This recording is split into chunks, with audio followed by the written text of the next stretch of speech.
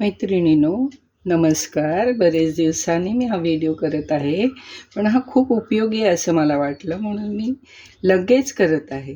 बघा, आपल्याला सकाळी उठल्यावर कांदा चिरायला लागतो, बटाटा चिरायला लागतो. त्याची सालं ही अशी आपण कट्ट्यावरच असं गोळा करतो कट्ट्यावर. पण आपल्याला परत कट्टा रिकामा पण हवा असतो हे चिरण्यासाठी.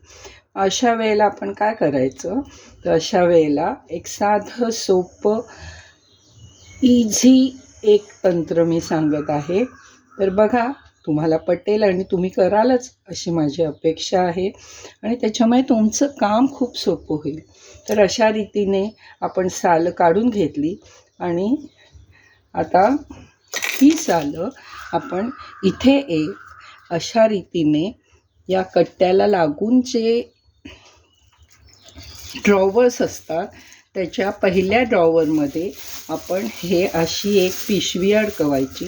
ही पिशवी हा ड्रॉवर बंद केला की तिथे जागेवरच राहते, आणि त्याच्यामध्ये आपण अशा रीतीने कचरा भरू शकतो.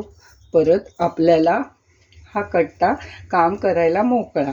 तर अशा रीतीने, आणि नंतर ही पिशवी आपण कचऱ्याच्या डब्यात, किंवा तुम्ही जर कंपोस्ट करत असाल तर हा ओला कचऱ्याचा कंपोस्ट खूप छान होतो. त्यासाठी पण मी एक व्हिडिओ बनवीन, आणि त्याचा उपयोग कसा करायचा हे पण मी तुम्हाला त्या व्हिडिओमध्ये दाखवीन. तर कसा वाटला हा व्हिडिओ? आवडला ना? उपयोगी आहे, छोटासा आहे, रील आहे, पण छान आहे.